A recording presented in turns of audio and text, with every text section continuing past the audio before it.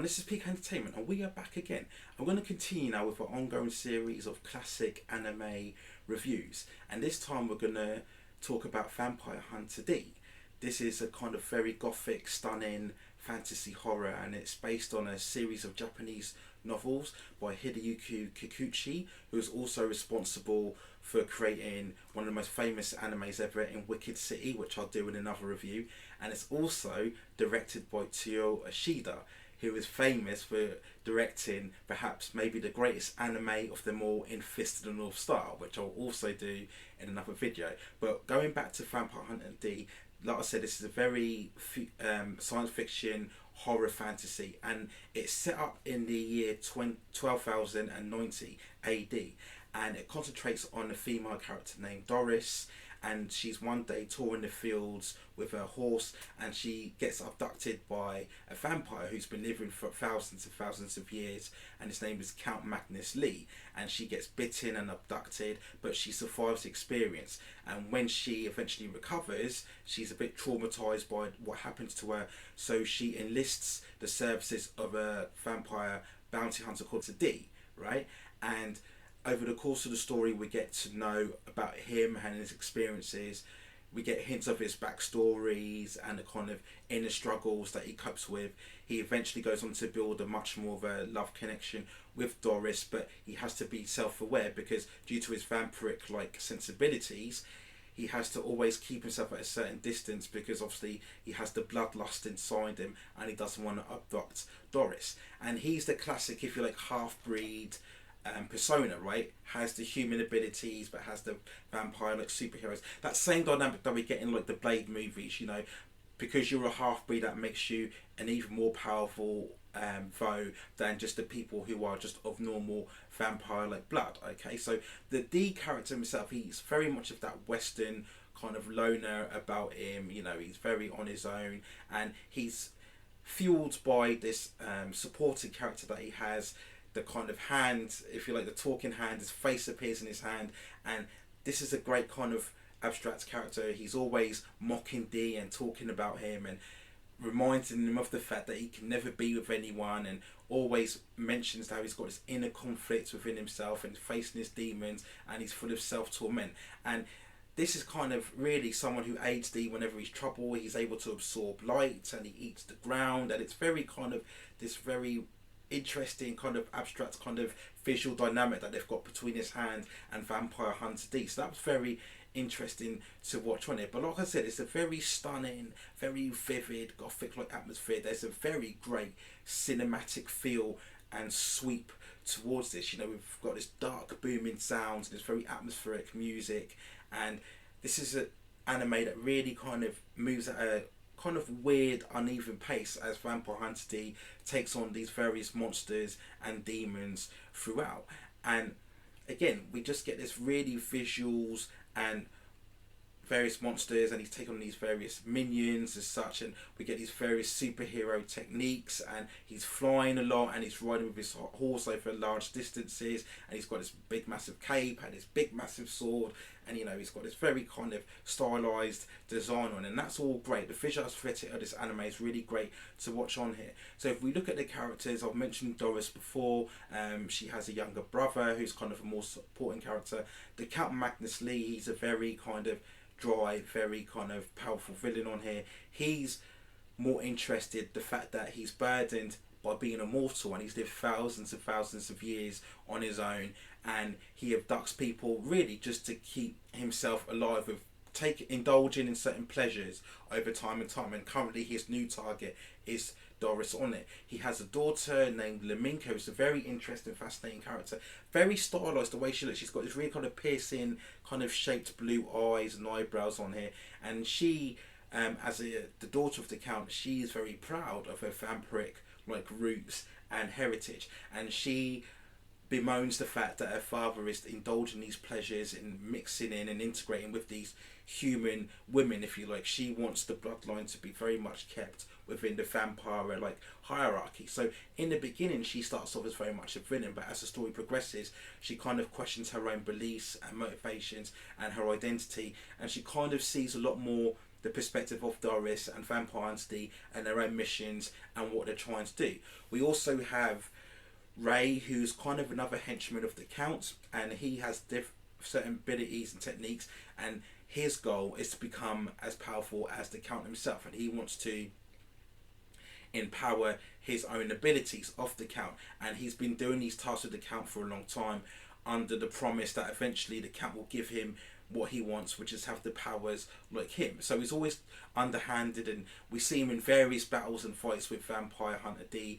Sometimes he gets the upper hand, other times D beats him very convincingly. So he's always in and out of the play throughout on there, and he's got this very stylish look. He's got this spiky hair and this kind of red kind of scar on his face on here.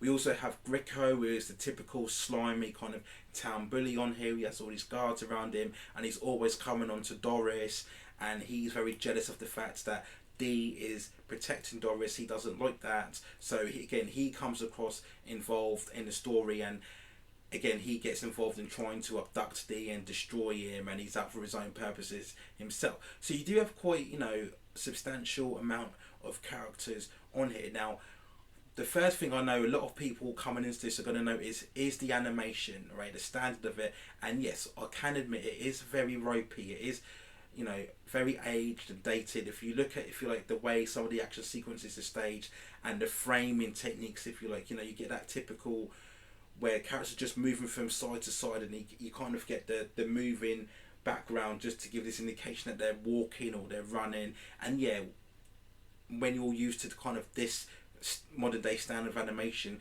looking back at Vampire Hunter D now, it's going to seem very dated, very kind of limited in what it can do. And I think when you watch old school anime, even though I can appreciate that criticism, you kind of got to get over that and focus more on the story and the characters. And that's something I can do with Vampire Hunter D, and you'll still find it a very enjoyable experience to watch. The music is great, but again, there are some musical tones and sound techniques that do come across, I wouldn't say cheesy as such, but like I said, just very old and very dated. But you have to realise that this was released back in 1985. Now, you can counter that and say that there are other animations within the same period that have a lot more better production values, and I can understand that criticism. Now, there is another Vampire Hunter D animation, Vampire Hunter D Bloodlust, which was released a lot later. I think it was late 90s, 1997, and that does have a better standard of animation and production value. But I would still argue that this version here is a lot better than that. I think it just gets its story a bit better, and the experience and cinematic scope of this outweighs that, even though the animation is a bit weaker on here.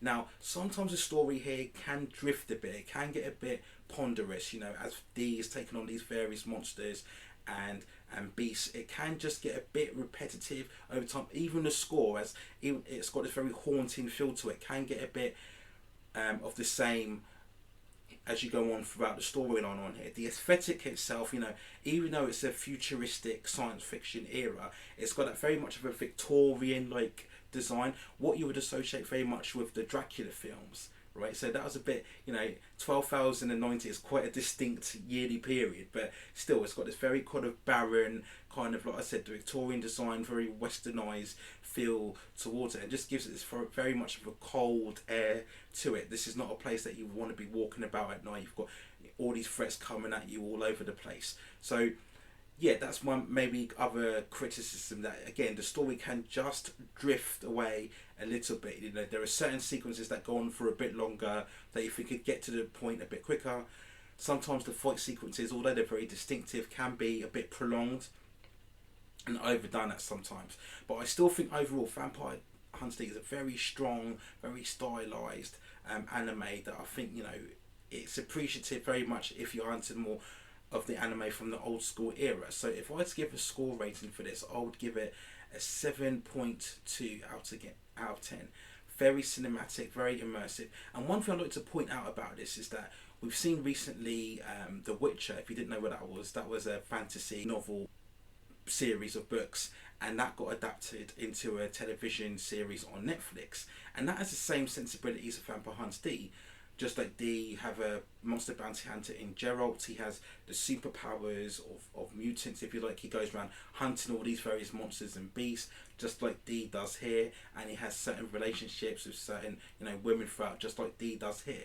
And I actually think that Vampire Hunter D is ripe for, if you like, a television adaptation or even a movie adaptation. It's got all of those same similarities, same sort of sensibilities, kind of that gothic horror, if you like, about it. We've seen a lot of that fantasy horror element in both The Witcher and, of course, beforehand with Game of Thrones. And I actually think one day we could maybe see Vampire Hunter D picked up, if not as a movie, maybe as a series. I think once we can eventually come over this current crisis we're in now and we get back to seeing movies regularly on screen or on television, we're going to see a lot more of manga and anime live action adaptations, right? We saw it with Battle Angel Alita on here, and I think we're going to see it with Vampire Hunter D and others as we progress on throughout. But those are my thoughts on Vampire Hunter D. Let me know what you think in the comments below once you've watched it. Did you like it, or did you think you were put off more by the aged animation style and techniques? Have you seen the Bloodlust adaptation, and did you prefer that over this because the animation was a lot stronger along with the production value? Or did that not really bother you as such? You were just happy the fact that this is a very stylized, very imaginative, kind of dreamlike gothic horror, and you just got immersed in the story and you didn't let the aged animation bother you as such? But you let me know what you think in the comments below. I'll continue to provide you with more reviews of classic anime as this series will go on throughout. But that's it for now on my thoughts on Vampire Hunter D. Take care of yourselves, keep at safe distances, keep washing your hands, and I will see you very, very soon.